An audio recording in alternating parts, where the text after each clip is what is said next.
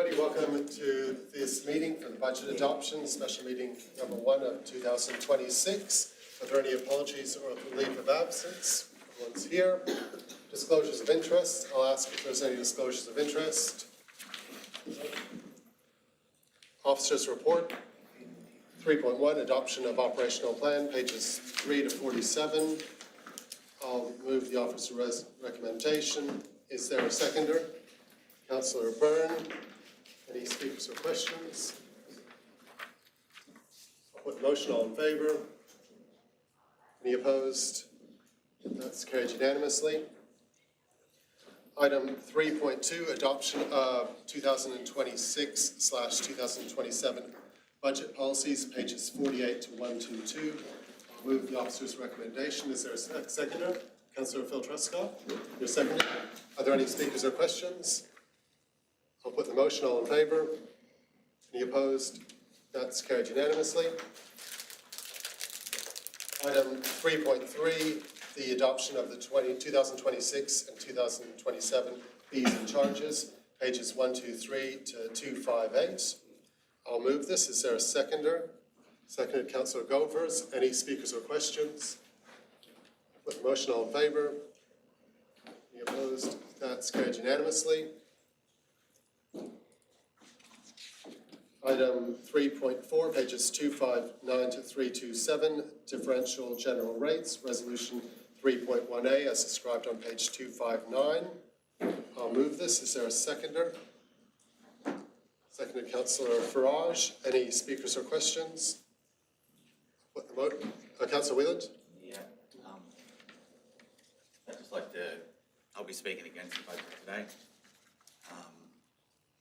But I'd like to start by commending the work that our leadership team have put into this budget process.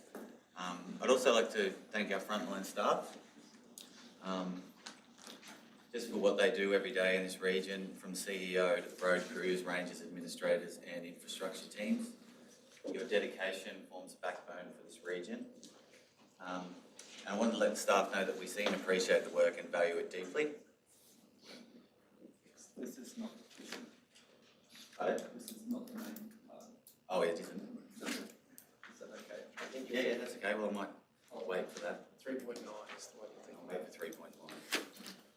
Apologies. Is there any further speakers or questions? It's moved by myself, seconded Councillor Farage. Any speakers or questions? I'll put the motion. All in favour? Any opposed? That's carried unanimously. Resolution 3.1B, as described on page 267. I'll move this. Is there a seconder? Councillor Farage. Any speakers or questions? I'll put the motion. All in favour? Any opposed? That's carried unanimously. Resolution 3.1C is described on page 267. I'll move the officer's recommendation. Is there a seconder for this? Councillor Byrne. Any speakers or questions? Put the motion. All in favour? Any opposed? That's carried unanimously. Resolution 3.1D, as described on page 269. I'll put the recommendation, officer's recommendation. Is there a seconder? Councillor Chapman. Any speakers or questions? Put the motion. All in favour? Any opposed? So that's carried unanimously. Item 3.2.1, disaster management and resilience levy, page 271. I'll move this. Is there a seconder? Councillor O'Keefe. Any speakers or questions? This is an important levy. We have a wide range of groups, the Royal Fire Brigades, the SES, who look after our community, and it's important that we support them. I'll put the motion. All in favour? Opposed? That's carried unanimously. Item 3.3.1, wastewater charges, page 272. I'll move this. Is there a seconder? Councillor Byrne. Any speakers or questions? I'll put the motion. All in favour? Any opposed? That's carried unanimously. Item 3.3.2. I'll move this. Is there a seconder? Councillor Farage. Any speakers or questions? I'll put the motion. All in favour?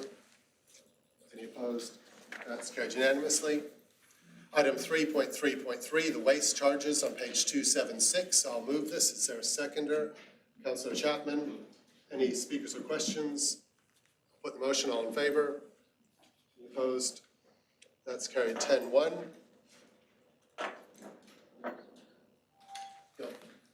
Item 3.4.1, concessions for pensioners. I'll move this. This is seconded Councillor Byrne. Any speakers or questions? Put the motion. All in favour?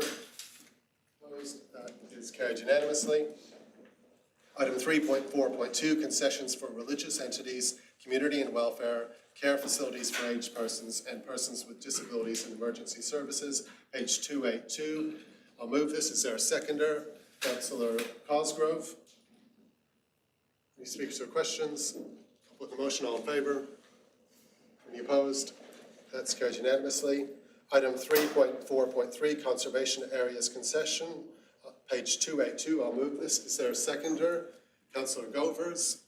Any speakers or questions? I'll put the motion. All in favour? Any opposed? That's carried unanimously. Item 3.4.4, financial hardship on page 282. I'll move this. Is there a seconder? Councillor O'Keefe. Any speakers or questions? I'll put the motion. All in favour? Opposed? That's carried unanimously.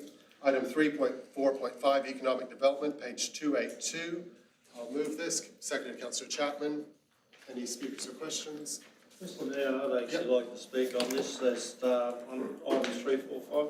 Economic development is a major part of our region, and I think that if any businesses are looking at coming into this region, I feel that we should have the right systems to actually give them support within our area, because with growth, it's always good to try and have more businesses to try and hold our younger people in our region. Thank you, Mr. Mayor and councillors. Any further speakers or questions? Put the motion. All in favour? Opposed? That's carried unanimously.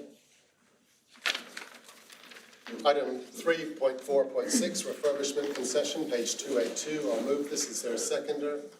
Councillor Phil Truscott. Any speakers or questions? I'll put the motion. All in favour? Any opposed? That's carried unanimously. Item 3.4.7, limit increases in water and wastewater charges on pages 282 to 283. I'll move this. Is there a seconder? Councillor Byrne. Any speakers or questions? I'll put the motion. All in favour? Any opposed? That's carried unanimously. 3.4.8, water and wastewater charges concession and faulty water meters on page 283. I'll move this. Is there a seconder? Councillor Byrne. Any speakers or questions? Put the motion. All in favour? Any opposed? That's carried unanimously. Item 3.5, interest on overdue rates and charges, page 383. I'll move this. Is there a seconder? Councillor Frage. Any speakers or questions? I'll put the motion. All in favour? Any opposed? That's carried 10-1. Item 3.6 on page 283, levy and payment of rates and charges. I'll move this. Is there a seconder? Councillor Sanderson. Any speakers or questions? I'll put the motion. All in favour? Any opposed? That's carried unanimously. Item 3.7 on pages 283 to 284, prescribed business activities and code of competitive conduct. I'll move this. Is there a seconder? Councillor Byrne. Any speakers or questions? Put the motion. All in favour? Any opposed? That's carried unanimously. Item 3.8, statement of estimated financial position on page 284. I'll move this. Is there a seconder? Councillor Frage. Any speakers or questions? I'll put the motion. Put the motion. All in favour? Any opposed? That's carried unanimously. Item 3.9 on pages 284 to 285, adoption of budget. I'll move this. Is there a seconder? Councillor Phil Truscott. I'll speak to this. The Fraser Coast is a region people want to call home. Every year, we see more families choosing to settle here, more businesses investing in our communities, and more visitors discovering everything our region has to offer. That's good news for the Fraser Coast, but it also means we need to keep investing in the infrastructure and services that support our community and maintain the lifestyle we value. That's what this budget is about. This budget builds the capacity needed to support the Fraser Coast community now and into the future. It supports the community we serve. Council's total budget for 2026-2027 is $543 million, including a capital works program of $180 million. Those investments will help ensure the Fraser Coast region remains a great place to live, whilst preparing for the opportunities and challenges that come with growth. We are investing in the necessary infrastructure for water security, sewerage, waste, and other essential services that our community needs and expects from us. These aren't always the most visible projects, but they are absolutely essential. The budget also includes investment in the Harbour Bay Airport Terminal upgrade with $18 million committed over the next 2 years.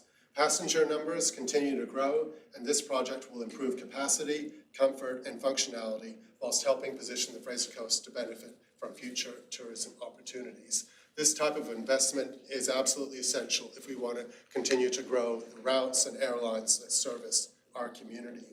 In Maryborough, we are committing $10 million over the next 2 years to refurbish City Hall. This project will restore one of our region's most iconic heritage buildings, improve service delivery, and support the ongoing revitalization of the Maryborough CBD. Once complete, more than 50 staff will return to the city centre, bringing more activity and economic benefit into the CBD, into the heart of Maryborough, into a building that was built in 1908 to be the headquarters of local government, a building that is a landmark and a building that continues to service the community. Alongside these major projects, Council will continue delivering local road upgrades, drainage works, park improvements, and community projects right across the Fraser Coast. For example, almost $6 million has been allocated to replace timber bridges on Thanumba Road and Yarra Road with steel reinforced concrete bridges. These will improve safety for the local community and ensure continued access for heavy vehicles moving along these roads. Like households and businesses, Council continues to face rising costs. Fuel costs more, construction costs more, materials cost more. Since 2019, the costs we have faced, the escalating costs for what we do for the community, for example, the footpath construction have doubled. Bitumen resales are up 83% and asphalt has jumped 187%. That is what we are dealing with, these significant price rises in the infrastructure that we have to contract out, that we have to buy the materials to make sure our community continues to be a great place to live. At the same time, demand for infrastructure and services continues to increase. That's why we've worked harder than ever to deliver a responsible budget that balances affordability with the need to continue investing in the services and infrastructure our community relies upon. As part of this year's budget, Council has included $1 million in savings through what is known as an efficiency dividend, which involves reviewing processes to improve efficiency across Council. And I know I and my Council colleagues will be focusing on that throughout the year, finding efficiencies and ensuring that we continue to look after public money in the best way possible. As part of this year's budget, Council has, as I said, put in this efficiency dividend. That's because we recognize that we have to continually look at how we do our operations. We have to never stop looking for efficiencies, and this budget says that. This budget focuses on that. This budget includes an efficiency dividend because we know that it is public money that we're looking after, and we need to ensure it is spent as best way possible. By continually improving how we work and focusing on what matters most, we can deliver the services and infrastructure our community expects in a way that remains affordable and financially sustainable. We're making sure every dollar works as hard as possible for our community. The general rates revenue increase, excluding growth from new properties, is 5.08%. For most households, the change to the total rates bill, including general rates, levies, and utility charges, will be between $3.62 and $7.49 a week. We will continue supporting local community groups and those doing it tough through grants and concessions valued at $8.92 million. Council is forecasting a $10.33 million deficit in 26-27 as part of a very deliberate approach to absorb these rising costs while charting a responsible and feasible path back towards a surplus in coming years. We go into a deficit to reduce the rate burden. We could, of course, aim for a surplus this year and have a much higher rates burden, but we know that we can run deficits some years and surpluses other years. For example, 10 years ago, the surplus we ran was 26 million. So that averages out with other years like this year when we make a deficit of 10 million, and that enables us to keep rates low as we have this year, the increase of 5.08%, which has come around through a lot of work and compromise between councillors and staff to ensure this budget reflects where we want to go. We want to get back to financial sustainability. We want to ensure we can meet our obligations to the community now and to the future, making sure we're delivering, but also being financially sustainable and keeping that rate increase as low as possible. And again, 5.08 has come about through a lot of reflection, through a lot of work, and I want to thank everyone involved in creating this budget. One thing this council has spoken about consistently is the need to plan for growth. Growth is coming, we cannot stop it. People want to move here. People are choosing to move to the Fraser Coast in record numbers, and that's a vote of confidence in our region, but growth does not pay for itself. These new homes, businesses, and residents rely on roads, water infrastructure, sewage systems, parks, and community facilities. The challenge for council is making sure that infrastructure keeps pace. That is what our obligation is. We need to make sure around this table that we are looking after the community in the future, that we are not allowing ourselves to get into a financially unsustainable position where we cannot deliver for the future in terms of infrastructure needed and services that the community quite rightly expects. That's why we continue advocating strongly to the Australian and Queensland governments for support for major infrastructure projects. Councils simply can't fund all of this infrastructure alone. This budget is about preparing for the future while continuing to deliver for our community today. Being a councillor is not an easy job. You work on behalf of the community, and I want to thank my colleagues for what they bring to this council chamber. We don't make easy decisions. We can't please everyone all the time. What we do is create a budget that works for the future, that works for the present community, that ensures we are delivering and continue to make this great place that we serve a place where people can live, work, and play, and it's prosperous, it's vibrant, healthy, happy, and active. And this budget does that. It does that through compromises, by running a deficit whilst keeping rates low, delivering services, and looking for efficiencies. Every single aspect of this budget is laser focused on our community, on keeping the costs down as low as possible for the people we serve, whilst delivering infrastructure and looking for efficiencies. The budget is about preparing for the future while continuing to deliver for our community today, the community we serve. It's about making sure our roads are maintained, our water remains secure, our public spaces continue to improve, and our communities remain great places to live. Most importantly, it's about maintaining the lifestyle that makes the Fraser Coast a very special place to call home. Thank you, and I want to thank everyone involved in this budget. It has not been, never is, an easy process, but in the end it is a compromise, and it is about working together to deliver for the people we serve. Thank you. Are there any further speakers? Councillor Phil Truscott.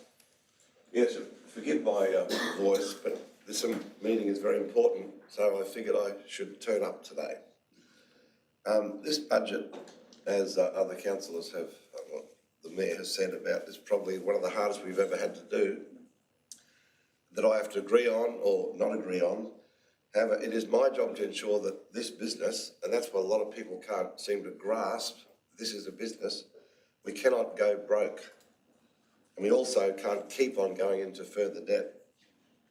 Another thing people don't realise is that council has to provide cash for over $5 billion of assets in depreciation.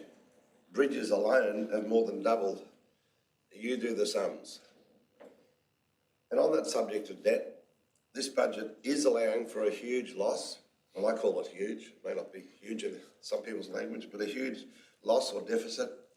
So that reduces, as the Mayor has said, the burden on ratepayers. But in the last 7 years, our costs have doubled. So how do we pay for this? Anyway, bottom line is this budget has been prepared is a good happy medium, in my opinion, of a smallish rate rise and increasing our debt. Thank you. Any further speakers? Councillor Wheeland? Yes, apologies, Mr Mayor, to jump at your gun. I was so focused on what I wanted to say that I jumped in at the wrong time. So I will start again, and it's always great to thank our staff. So I'd like to start by thanking all the staff that took us on this journey through this very stressful process again, especially to our leadership team, but also to the frontline staff, what they do every day. They're the backbone of this region, from the CEOs to the road crews, rangers, administrators, and the infrastructure services teams. Your dedication, just make this region what it is. I want to let the staff know that we see it and really appreciate it and value it deeply. But at the same time, I must speak honestly about this budget. I'd like to open by stating that I held 5 budget-focused community chats around my division before starting this budget process, and the feedback I received in those sessions is guiding my position today. The community is listening, they're engaged, and they're asking us to do better.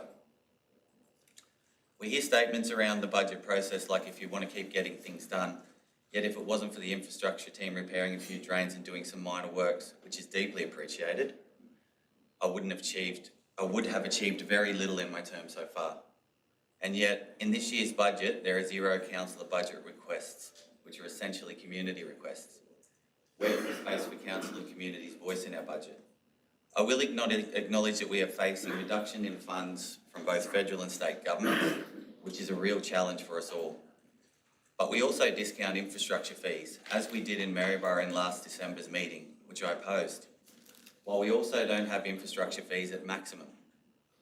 While I acknowledge this is a separate bucket of funding, the infrastructure must be paid for and the money has to come from somewhere.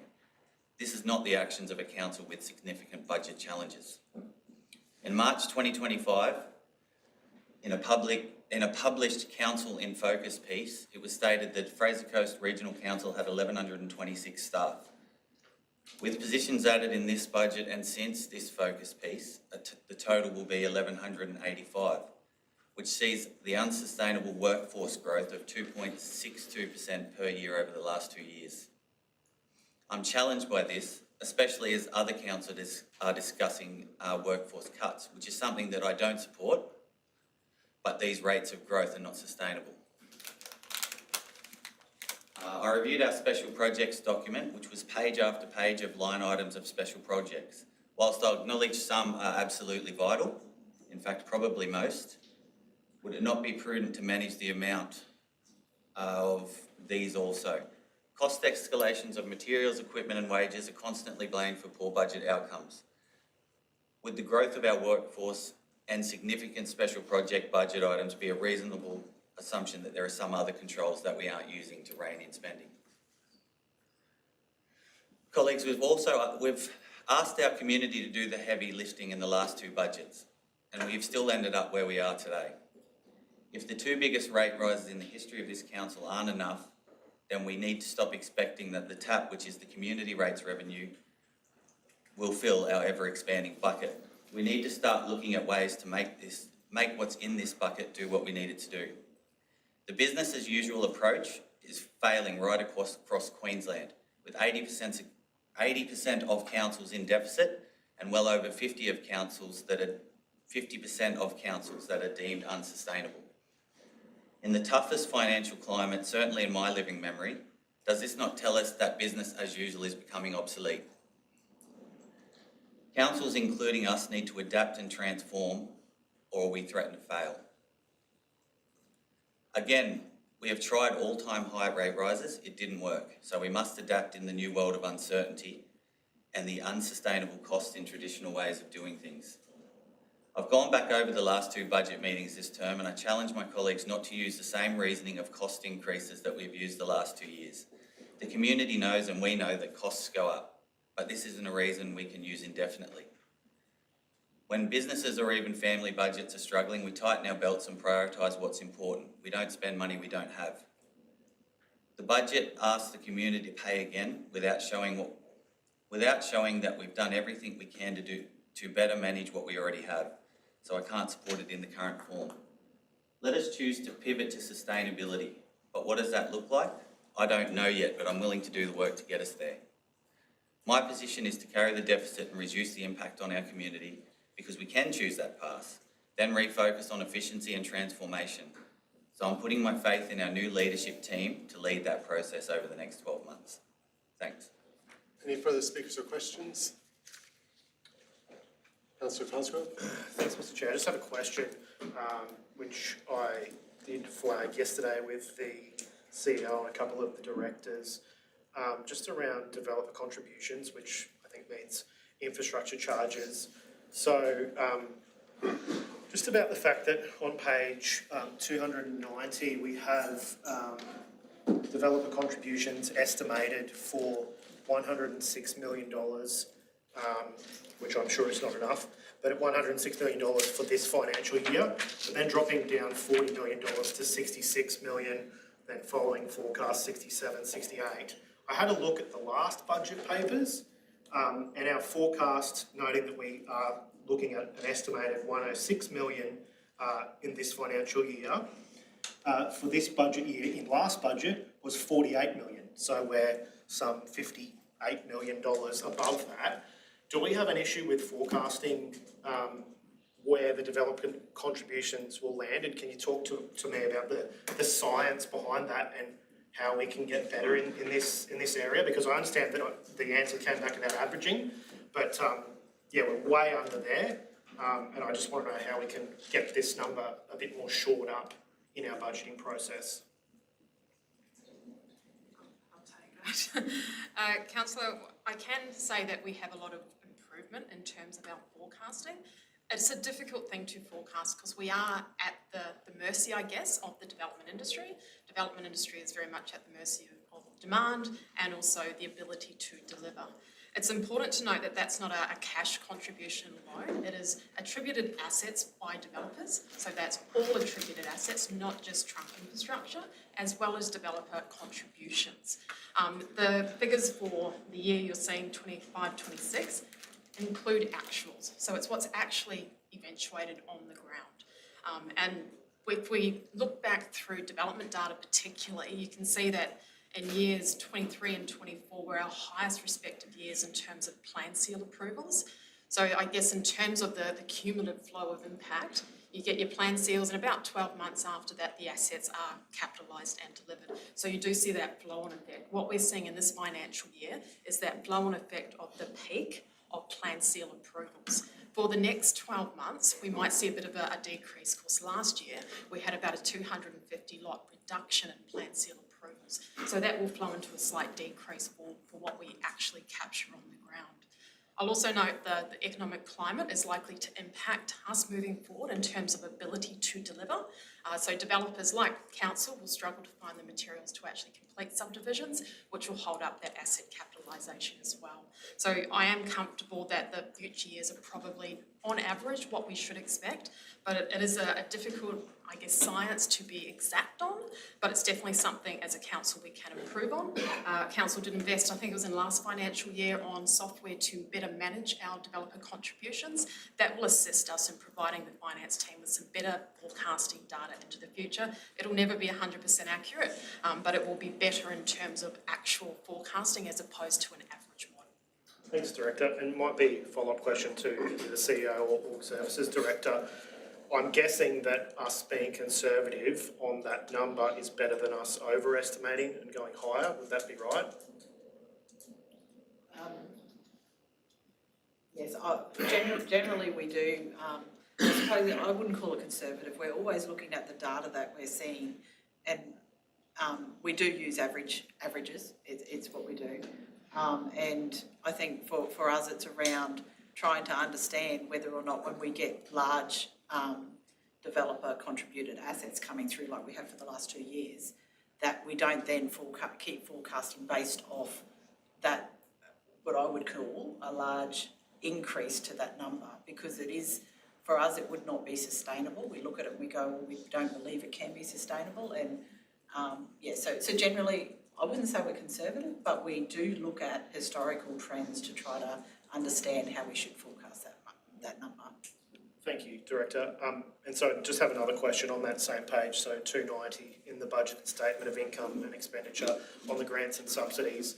We are optimistically, and I hope it comes true, forecasting higher amounts in the grants and subsidies for years 2 and 3. What are the risks if one or both of those grants don't eventuate to our bottom line? So that, I can attempt to answer this one if you like, Deputy Mayor. The risks to us are we will then have some decisions to make in terms of those particular projects and the need for them to continue in the absence of being provided with financial assistance, either from the state or the federal government, which is what that line attributes to.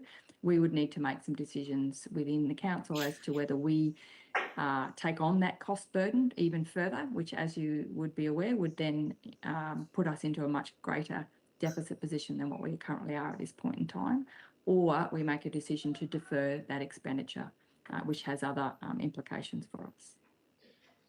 Thank you, CEO and Directors. That's all I have in terms of question, Mr. Mayor. Any further to speak, Councillor Chapman? Mr Mayor and councillors, as Speaker for Planning and Infrastructure, I'd like to deliver my support to proposed rates and budgets for the coming for the 26-27 financial years. Many hours have gone into developing this budget, with some very hard decisions being made, and thank my colleagues and council staff for the healthy debate we all had. This budget is about keeping people employed by looking after our staff for the way forward. As councillors, one of the most important responsibilities is ensuring that we provide infrastructure and services our communities needs, while maintaining a financial sustainability of our council for the future generations. The Fraser Coast continues to experience strong population growth. More people are choosing to call our region home because of our lifestyle, opportunities and community spirit that makes the Fraser Coast such a desirable place to live. Growth brings many benefits. It creates jobs, attracts investment, supports local businesses and strengthens our economy. More residents mean more customers for our shops, more activities in our towns, town centres, and greater opportunities for our young people to build their future here. However, growth always comes with significant challenges and costs. Every new subdivision, every new family, every new business places additional demand on our roads, our water, our sewage networks, parks, sporting facilities, waste services and community infrastructure. These assets don't appear overnight. They don't maintain themselves. This budget's response to those challenges with significant investment in our region's future. It includes $206 million for roads, bridges, footpaths, drainage infrastructure, ensuring our transport network and essential services keep pace with community expectations and future growth. It also includes $40 million for economic development, tourism and major projects, helping to create jobs, attract investment and strengthen the Fraser Coast economy. While development contributions help fund some of this infrastructure, they do not recover the full cost of building and maintaining the services that's growing regularly regional communities require. The reality is that local governments carry much of that responsibility on behalf of our residents. There is often a perception that if more people move here, councils simply collect more rates and become financially better off. The reality is far more complex. While growth generates additional rates revenue, the cost of providing infrastructure and services to support that growth frequently exceeds the revenue generated. Growth means more roads to construction and maintain, more pipes to install and place, more parks to care for, and more community facilities to operate. These costs continue long after the initial development has occurred. This budget recognises those realities. It invests in the infrastructure our community needs today while planning responsibly for the growth we know is coming tomorrow. It helps ensure that the Fraser Coast remains a great place to live, work and raise a family while protecting the lifestyle of our residents' value. At the same time, Council continues to advocate strongly to both state and federal governments for greater infrastructure funding support. It is critical that higher levels of government contribute fairly to the infrastructure required to support regional growth and reduce the pressures on local ratepayers. No rate decision is ever easy, and we do understand the cost of living pressures many householders are facing. However, responsible leadership requires us to make decisions that balance affordability with the need to invest in essential infrastructure and services.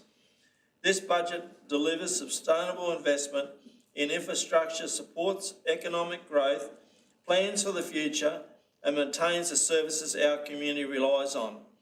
For those reasons, I am pleased to support the proposed rates and budgets, Mr Mayor. Thank you, councillors.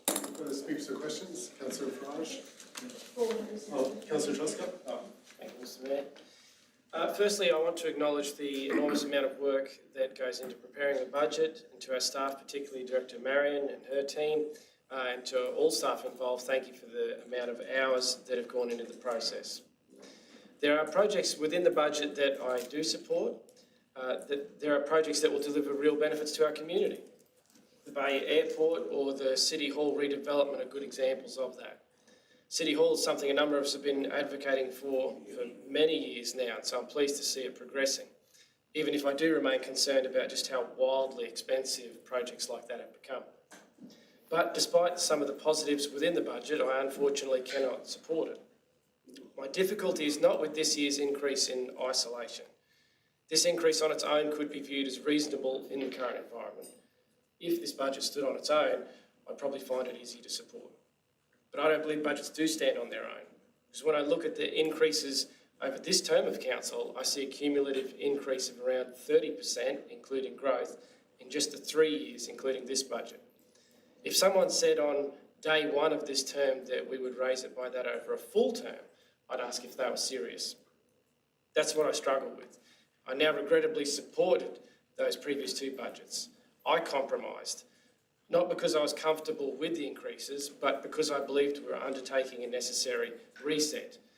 I accepted the argument that we needed to take a hard hit, get the organisation back on track and put ourselves in a stronger position for the future. But there's always another disaster just around the corner. The first increase was really difficult, and the second wasn't much easier. And several of us I know from talking with us thought, how did we get here? This isn't what we said would happen after the first year. But I supported them because I believed the reset would work. But today I find myself asking a simple question, that if the two largest increases this council has ever imposed have not put us back on track, then where does it end? And at what point do we stop asking the ratepayers to do the heavy lifting? Because this is not our money. Every dollar we spend belongs to the people we represent. When families sit around their kitchen table to discuss their budget and realise their expenses are rising faster than their income, they start to make difficult decisions, looking at what can be cut, postponed or reduced. And I believe we need to apply the same discipline here. My concern is around our underlying expenditure and our ability to control it over the long term.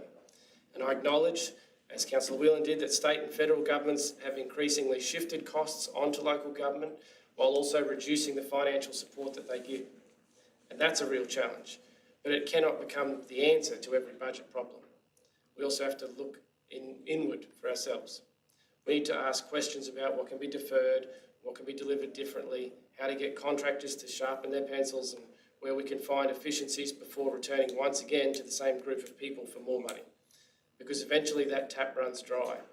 And I believe ratepayers have done their part. They've absorbed increase after increase because we told them it was necessary. But if our response to every financial challenge is simply to turn the tap a little more, then we are avoiding the harder conversations about the size of the bucket itself. And this extends beyond residential ratepayers. We've heard from businesses as well, whose rates have increased from around 30,000 to around 70,000 per year in just a few years. And that's not an incentive. So this hasn't been an easy decision. I respect that reasonable people around this table will reach a different conclusion, and I respect their right to do so, and I'll respect the outcome of this process. But I believe my responsibility is to vote according to my conscience and according to what I believe is in the best interests of the people that I represent. And for me, the community has carried enough of the burden. So until I see stronger evidence that we have exhausted every option to control our expenditure, I cannot support asking them to carry more at this time. And for that reason, I'll be voting against this. Any further speakers or questions? Councillor Farage. Thank you, Mr. Mayor. I could read what I've prepared, and I could echo the sentiments of my colleagues, but I'm not going to, because the reality of the facts is this: the government system of this country is broken. From federal to state to local government, it needs a complete overhaul, and until that happens, we will continue to be in these positions. Councils will continue to struggle. We will see them go into administration. We will see state governments continue to give us less money and federal governments to give us less money. We compete with 76 other councils to get funding. We jump through incredibly ridiculous hoops just to maybe not get that funding. And the same with the federal government. We compete with over 500 other councils to get funding. So until something changes, we will continue to have these difficult conversations around the table until the whole democratic system of this country stops and realises that the ways in which we are operating, the ways in which we are making everyday Australians pay more and more and more every single day, whether they're a business, whether they're an individual, whether they're a family, we're going to keep having these conversations and we're going to keep ending up in these situations. And that's what I struggle with personally every day in this job, is that all of this is happening in the background, and it's been happening for years, and I think COVID just sort of tipped it over the edge a little bit. We're always going to be struggling, and that's not the future that I want for this region, and that's not the future that I want for this country. However, what we have done as a collective group in this room, day after day, hour after hour, is recognise that, continue pushing through the avenues and the channels that we do have, and included things such as the dividend efficiency that the Mayor was speaking about previously, and tried to, while struggling with these things and trying to look for an avenue where we can do better and get better, make sure that the organisation, that the business that we are in charge of administering continues to operate. And I think that's the most important part, and that is the reason why I will be supporting the budget today, because whilst we try and fix the ever-growing problems of this country, we still have to service our community.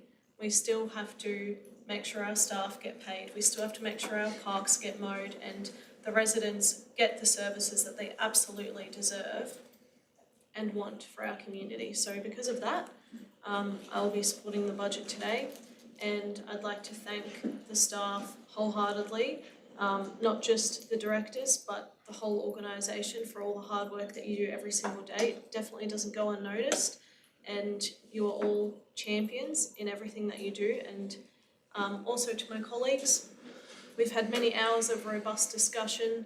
We have gone line by line in some instances.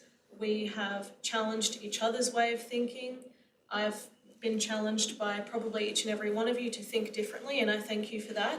And if we all just agreed on everything every single day, every single council meeting, then we wouldn't be doing our job. Thanks. Any further speakers or questions? Councillor Byrne. Thank you, Mr. Mayor. I 100% agree with my colleague Sarah Farage here, and every other colleague around the table. I've got to say that this has been a really tough decision for everybody. I really do want to thank our executive leadership team and also every councillor in this room here. We have had robust conversations. We have debated what we think should stay in a budget and what we think should leave the budget. But I do want to talk about financial responsibility.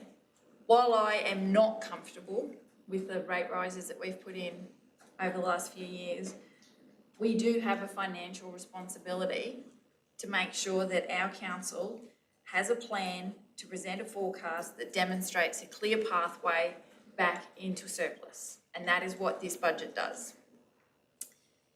I do feel that we've included our major infrastructure items that every time we go out into the community as a council and speak to people, everyone wants to know about water, everybody wants to know about sewage, everybody wants to know about when they're getting a footpath. This budget still delivers that. We're working towards doing that. It is a no-frills budget. And I'm sure that as time goes, we will be actually taking out some of the pretty nice to have things. And I can't apologise for that. All I can do is say that this is a necessary thing. As our colleagues have pointed out, there are many things in our household budgets that we sit down and go, oh, we can't afford that, we're not going to have that. The same thing will happen as this budget. This budget is an evolving document. And as the environment changes and as our financial grants change, we will change.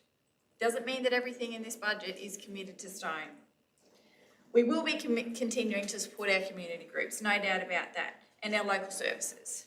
We will be maintaining our caravan parks, our beaches, pools, roads, bridges, halls, recreational grounds, showgrounds, athletics and sporting facilities, and our heritage buildings. We have museums and we have galleries. All of these things are paid for by the council, and most of them make no money. In fact, they cost money. But they are services that the council is obligated to provide so that we have a happy, healthy community. And I make no excuses for that. We're supposed to provide that for our community. Every line item has been scrutinised. I don't know a single person sitting in this room, and that includes our executive leadership team, that has not gone over those lines with a sharp pencil, crossed out what they can get away with, and agonised and actually felt sick in the stomach over some of the decisions. I know I've lost sleep over this, and I'm sure every person in this room has and will continue to, because that's our job. Our job is to worry about the financial sustainability of this council. What I am more concerned with, while putting up rates is never a really good job, what I am really concerned about is being on a council that goes into administration. That is something I never want to see. And it's certainly something I never want to be a part of. I want to know that as a representative of our community, I've put in 110% when I've thought about this budget. So financial sustainability is not a nice to have. It's a necessity. It's a necessity for our entire community, because we live in a community that I love, that I want my children to grow up in, that I want my grandchildren to grow up in, and I want it to be a sustainable result. So I will be supporting this budget, because as the Fraser Coast continues to grow, we need to grow, as Councillor Phil Truscott pointed out, as a business. This is a business, and as the business grows, it comes with additional expenses, additional pressure, and additional challenge. Putting up the rates is a part of those challenges and those pressures. So I will be supporting this budget. Thank you. Any further speaks or questions? Councillor Sanderson? Mr. Mayor and colleagues, executive. As we know, colleagues, this budget has been a challenging process and a demanding one. As we know, developing a budget is never easy, especially of this size and all the moving parts. It's consistently challenging and comes with significant pressure. For some colleagues, this marks a third budget, and for newer staff, it's been a great deal to absorb in such a short period of time. Every person involved has played an important role in this process, and for that, I say thank you. I always find these decisions incredibly difficult. In my time on council, a responsibility and duty I never take for granted, this budget, along with the small number of others, has been probably the hardest I've ever faced. Throughout this process, I've carried deep concerns about the future of our region and the pressures we must navigate while continuing to deliver for our community. Of course, our future is bright, and that's a great thing, but managing strong growth means added new pressures. And being a councillor, as the Mayor has shared earlier, is never easy. Our community expects progress and improvement, and in all the years I've served on council, which I'm grateful for, I believe council has delivered strong services while keeping pressures as low as possible. However, as we all know, Costs are no longer what they once were. Even basic infrastructure, such as road construction, has seen costs double, as we've shared, and in some cases nearly triple, which inevitably means some projects must be deferred as conditions continue to unfold. Our region's growing rapidly, and keeping pace with that growth places immense pressure on local government to deliver the services our community relies upon. People expect water to flow, toilets to flush, bins to be collected, parks to be maintained, barbecues to work, seats to sit on, playgrounds for children, libraries to access, pools to swim in, and so much more. But the question I continually ask myself is whether we can keep going this way and whether that's sustainable for the people we serve. If we continue the current path, costs will keep rising. And some in our community may feel they can carry this burden, others will not, and they'll say simply, that's enough. And I believe this is a discussion we must have and are having, which is great. And there are services that I believe we can begin to reconsider or change. Others may not share this view in this room, and that is the strength and responsibility of democracy. This budget does contain some strong outcomes and some very exciting projects for our region, and I'm grateful to my colleagues for the respectful and considered way in which we've all been heard throughout this process. As regional councillors, we continue to act in what we believe is the best interests of our regional community. At the same time, I believe there is opportunities to find savings, and I do welcome the forthcoming level of service review, which demonstrates Council's commitment to examining its operations, improving efficiency and keeping pressures as low as possible. So colleagues, my decision today not to adopt this budget in its current form is based on principle. I don't believe we can continue indefinitely on the current path without pausing to review what we do, what we truly need to keep doing, and what we can do, what we may be able to do things differently or do without. This has not been an easy decision for me. I believe we've achieved a great deal today. However, I don't want us to continue in the same direction in the broader sense unless our region is prepared and willing to pay for all the services we're delivering. At this current time, I believe the sentiment is mixed across our region. Some will say, woo up, that's enough. Others will say, keep going down the path we want to keep the region growing the way it is. Remaining in the middle is where I think we need to be. The proposed rate percentage does show we've done our best to keep pressures as low as possible whilst delivering the services our region expects. This decision overall is based on us slowing down, reviewing what we really need to keep doing and what we can change into the future whilst maintaining growth the best way we can. So that's my position today. Any further speakers or questions? Councillor Cosgrove? Thank you, Mr. Chair. As has been said by pretty much every colleague, this budget has been a difficult one for me, as was the budget before that and the budget before that.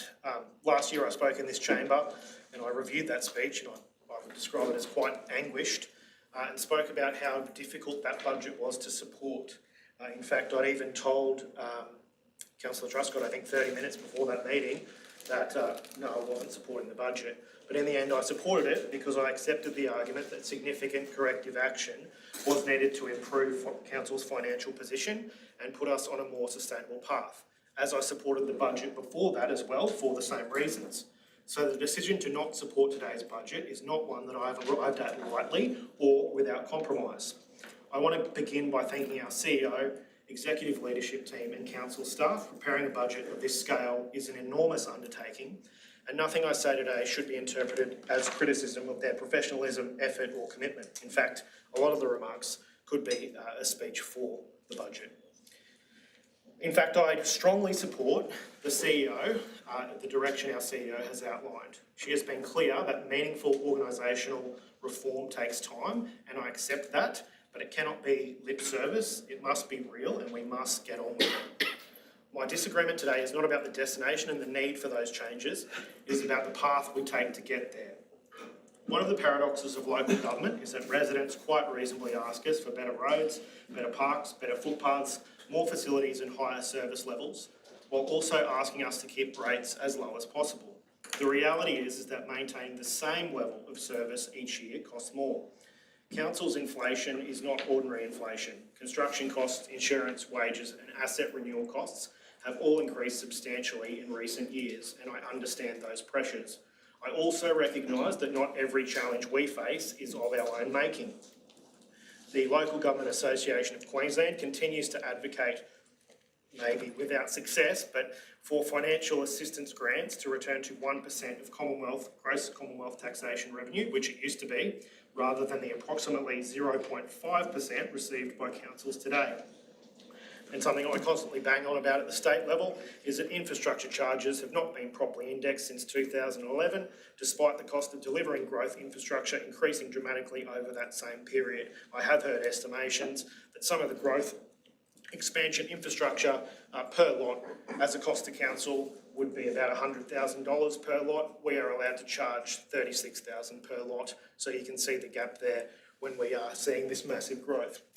And these pressures are real. But while we should continue advocating to other levels of government, we must also focus on the things within our control.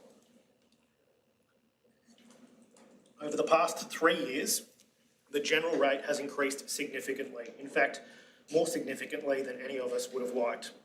I accepted the first two large increases because I believed they were part of a necessary correction. Last year, Council adopted a long-term financial plan that contemplated a rates increase this year of 4.5%.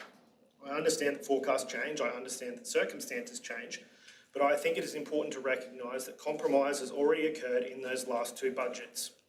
I accepted the previous two increases because I believed they would provide the organisation with the time and capacity needed to undertake the difficult work of reform and without, sudden shocks. So when I look at this budget, my starting point is that ratepayers have already made a very significant contribution to the financial correction that was required. The question I ask myself now is, where should the next phase come from?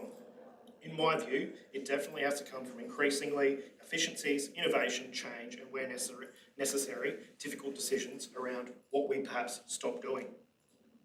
We have already seen examples of what is possible. Within our parks operations, using better procurement, improved technology and smarter contract management, we have seen significantly reduced mowing contract costs in the order of 75%. Now that alone does not solve our entire financial challenge, but it demonstrates something important, that doing things differently can produce meaningful results.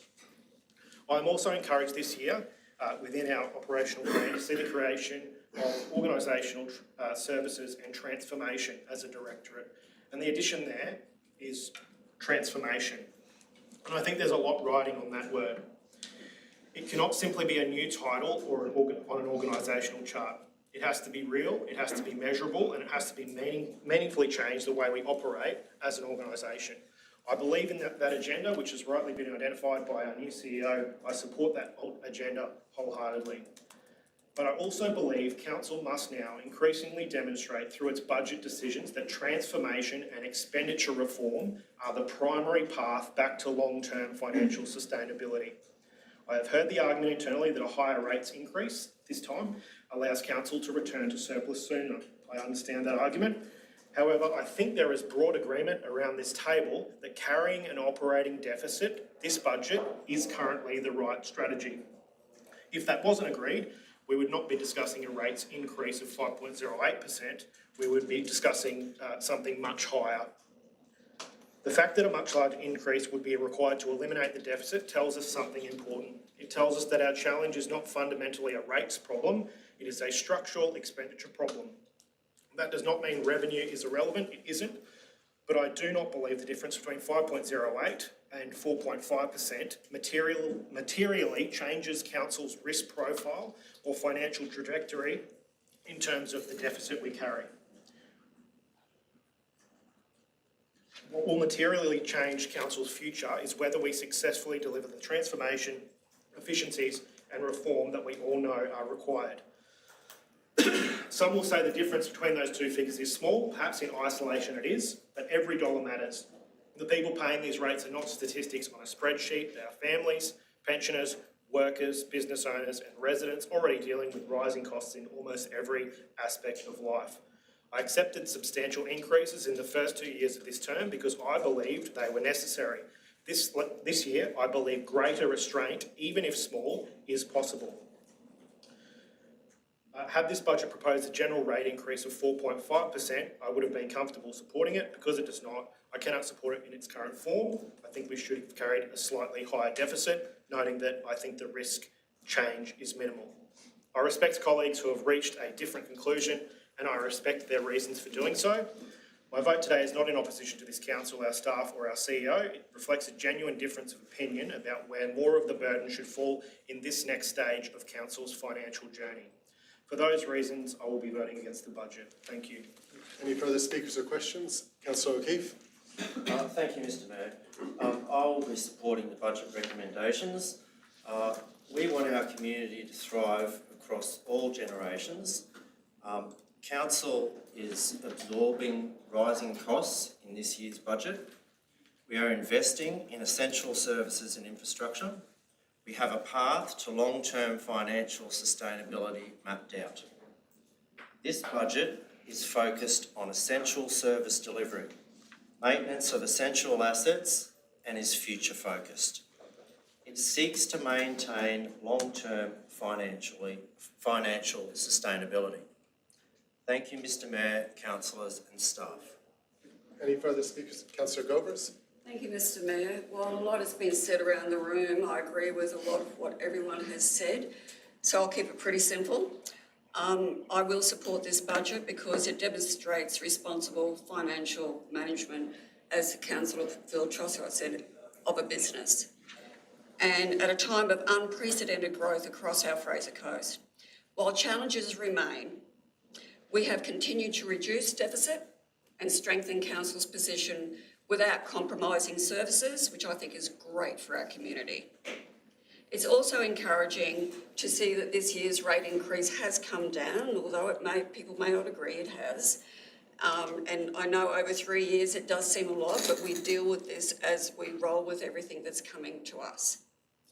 The Fraser Coast is one of the largest local government areas in Queensland, and ensuring communities across our region continue to receive quality services and infrastructure is no small task. I agree with Councillor Farage.